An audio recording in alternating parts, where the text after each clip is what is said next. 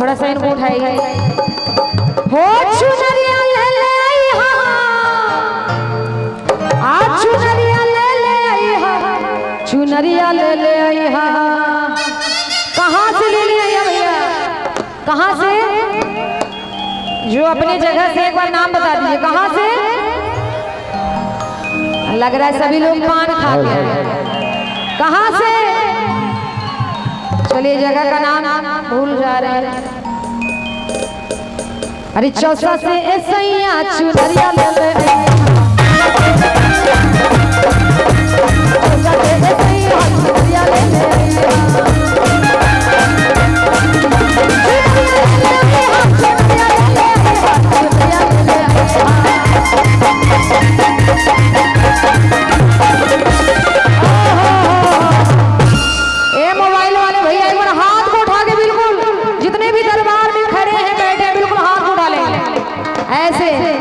अरे आरा से ऐसा ही चुनरिया ले ले,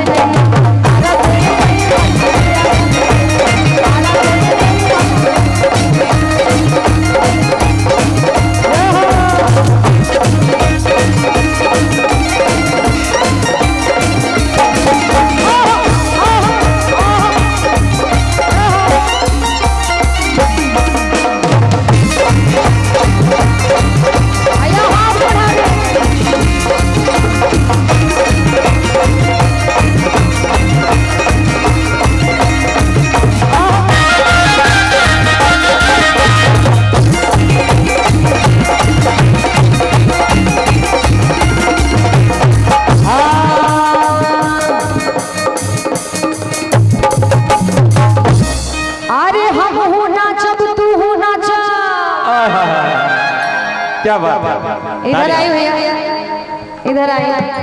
क्या बात है, बोलिए। और बड़े भैया आप भी आ जाइए। हाँ, प्लीज। अरे हम हो नाचब तू हो नाचा,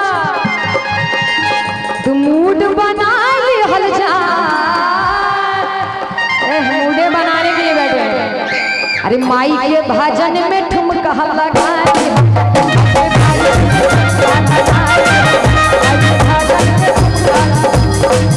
अरे हम हो नाचा, अरे हम हो नाचा तू हो नाचा। अल्लाह हाथ को डाल, बिल्कुल दोनों हाथ को डालेंगे सारे बस। मूड बना ले हल जा,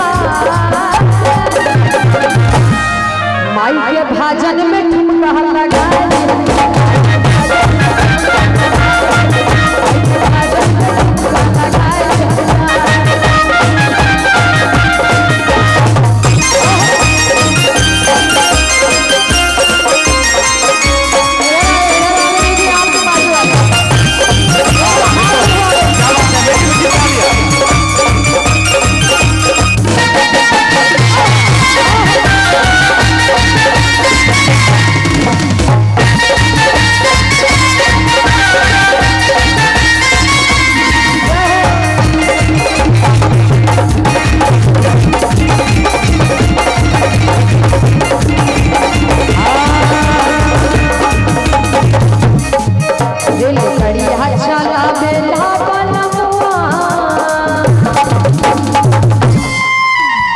इनमें से रेलगाड़ी कौन कौन चलाते हैं?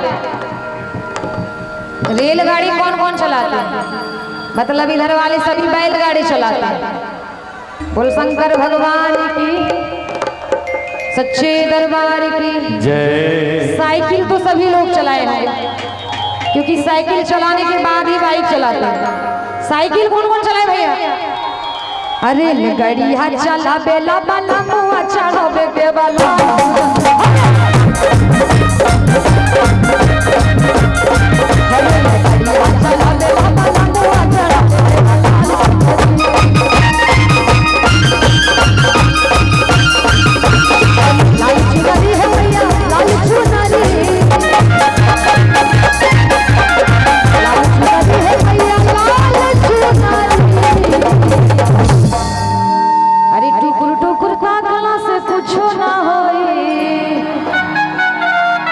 बैठा बैठी कैलन से कुछ ना होई। ए भैया हाथ को उठा के आ जब ले ताली ना बजेबू भैया कुछ ना होई।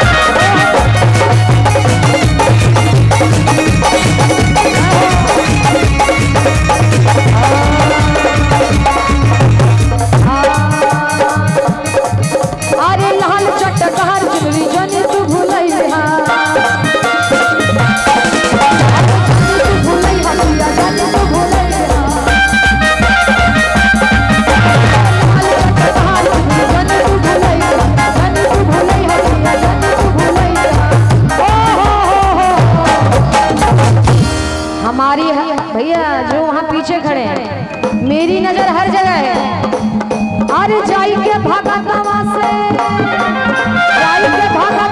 भजन गवैहा।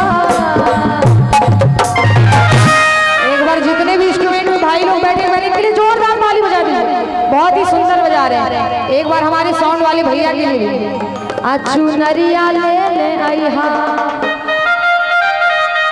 अच्छा, इस चुनरिया को लाके कौन कौन दीजिएगा, कौन कौन लाइएगा? जो भी लाइएगा एक बार हाथ उठाइए, ऐसा नहीं सिर्फ हाथ उठाइए, लेके आना पड़ेगा। बिल्कुल हाथ उठा दे। अरे चौसा से ऐसा ही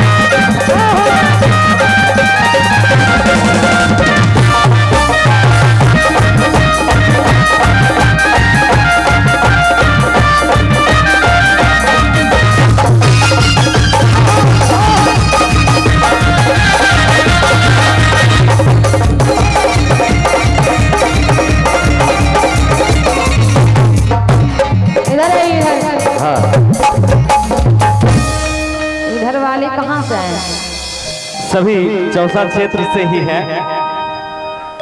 चौसा से है। कोई गड़बड़ लग रहा है उधर क्या? नहीं नहीं लग रहा है, एकदम शांत से चुपचाप खड़े हैं। नहीं, ऐसा है कि भैया आप लोग सत्यनारायण भगवान का कथा सुनने के लिए आए हैं। अगर ऐसा नहीं तो एक बार जोरदार ताली बजा दीजिए, मीठी मीठी ताली बजा के। अगर भैया भजन अच्छी लग रही है तो जोरदार तालियों का साथ चाहिए। ये अर्पण पांडे जी